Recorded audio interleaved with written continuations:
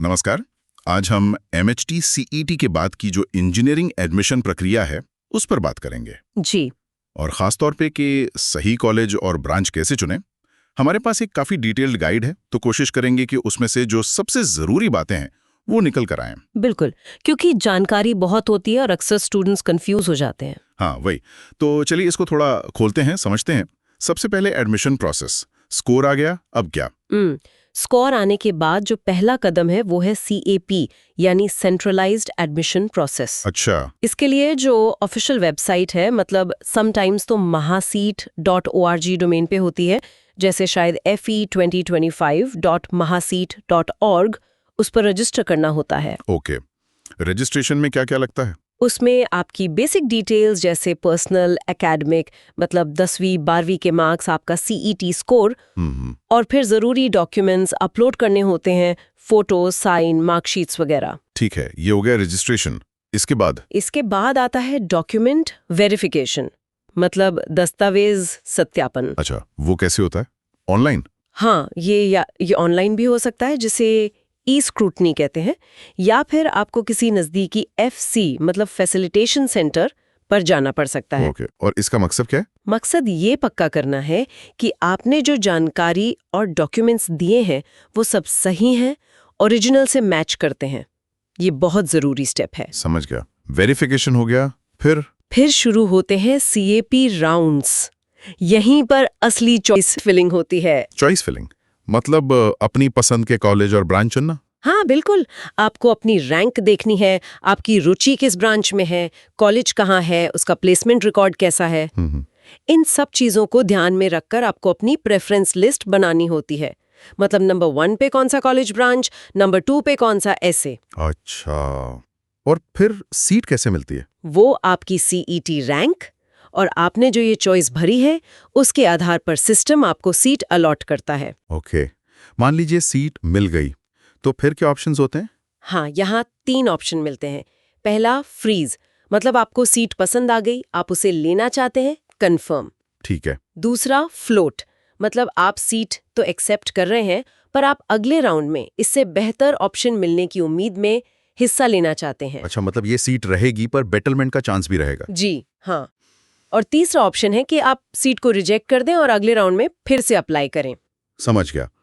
और जब seat final हो जाए, मतलब फ्रीज कर दी, तब आपको जो कॉलेज मिला है वहां रिपोर्ट करना होता है, अपने ओरिजिनल डॉक्यूमेंट्स लेकर जाने होते हैं। वही सब डॉक्यूमेंट्स जो पहले बताए थे, जैसे स्कोर कार्ड, मार्कशीट। हाँ, 10th 12th की marksheet, leaving certificate, nationality, domicile अगर कास्ट सर्टिफिकेट लागू होता है तो वो, इनकम सर्टिफिकेट अगर फीस में छूट चाहिए, आधार कार्ड, फोटोज, ये सब। और फीस भी जमा करनी होती होगी? जी, एडमिशन फीस भी वहीं जमा होती है। ठीक है।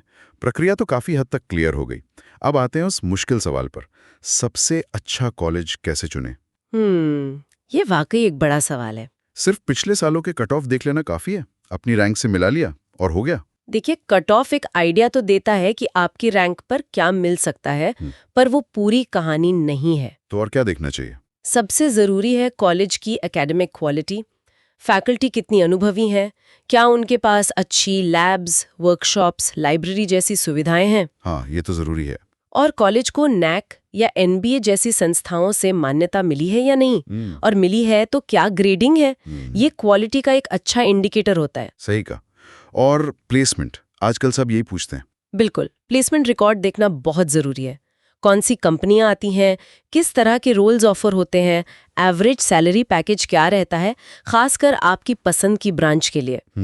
ये सब जानकारी अक्सर कॉलेज की वेबसाइट पर मिल जाती है या फिर सीनियर स्टूडेंट से भी पता कर सकते हैं। और कॉलेज की लोकेशन, मतलब घर से कितना दूर है, शहर में है या बाहर, ये भी मायने रखता है। हाँ, ये भी एक फैक्टर हो सकता है कुछ लोगों के लिए। हॉस्टल की सुविधा है या नहीं, कनेक्टिविटी कैसी है, ये सब सोचना पड़ता है। ठीक है। तो कॉलेज चुनने के लिए cut off, faculty, infrastructure, placement, location, ये सब देखना है। जी, इन सब का एक मिला जुला असर होता है। अच्छी फैकल्टी और इंफ्रास्ट्रक्चर से ही अच्छी पढ़ाई और फिर बेहतर प्लेसमेंट की उम्मीद कर सकते हैं। अब बात करते हैं ब्रांच की। कॉलेज तो चुन लिया, पर ब्रांच कौन सी लें? कंप्यूटर, IT, मैकेनिकल, आजकल तो AI, डेटा साइंस जैसी नई ब्रांचें भी हैं। हाँ, ये चुनाव बहुत पर्सनल होता है। सबसे पहले तो आपकी रुचि मायने रखती है। जैसे अगर आपको कंप्यूटर प्रोग्रामिंग, सॉफ्टवेयर बनाने में मजा आता है, तो आप कंप्यूटर साइंस या आईटी के बारे में सोच सकते हैं।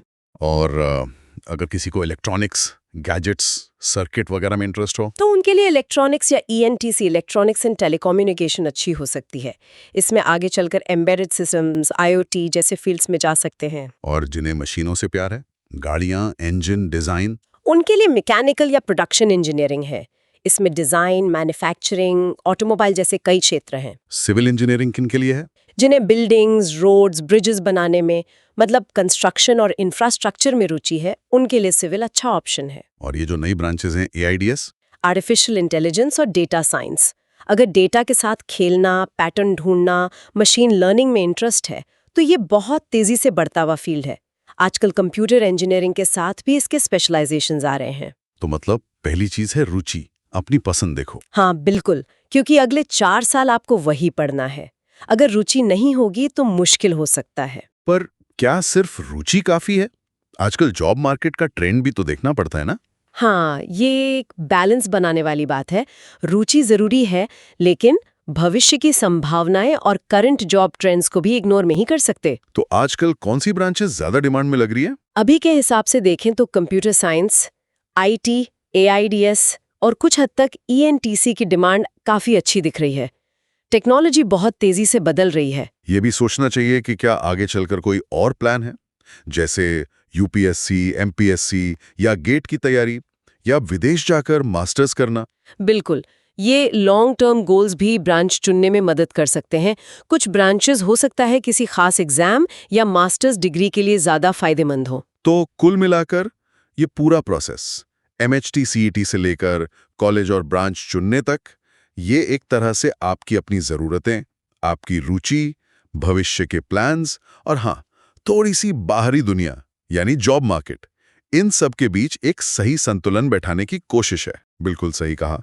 प्रोसेस सीधा है, पर फैसला काफी व्यक्तिगत है। यहाँ पर एक सवाल मेरे मन में आ रहा है। जी, हम आज के ट्रेंड्स की बात कर रहे हैं, पर 4-5 साल बाद जब आज एडमिशन लेने वाले स्टूडेंट्स ग्रेजुएट होंगे, तब टेक्नोलॉजी और जॉब मार्केट कैसा होगा?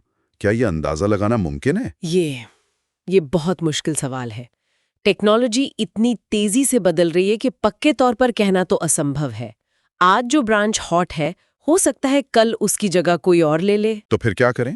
क्या सिर्फ आज की डिमांड देखकर ब्रांच चुनना सही है, या फिर अपनी गहरी रुचि, अपने पैशन को फॉलो करना ज्यादा बेहतर स्ट्रैटेजी है, भले ही आज उसकी डिमांड थोड़ी कम दिखे? ये सोचने वाली बात है। क्या पता जिसमें आपकी गहरी रुचि है, आप उसमें इतने अच्छे हो जाएं कि डिमांड खुद ब खुद बन जाए, या फिर ट्रेंड के साथ चलकर भी क्या गारंटी है कि आप सफल होंगे ही? हाँ, ये एक दिलचस्प पहेली है। शायद इसका जवाब हर किसी को अपने लिए खुद ही ढूंढना होगा। इस पर जरूर सोचिएगा।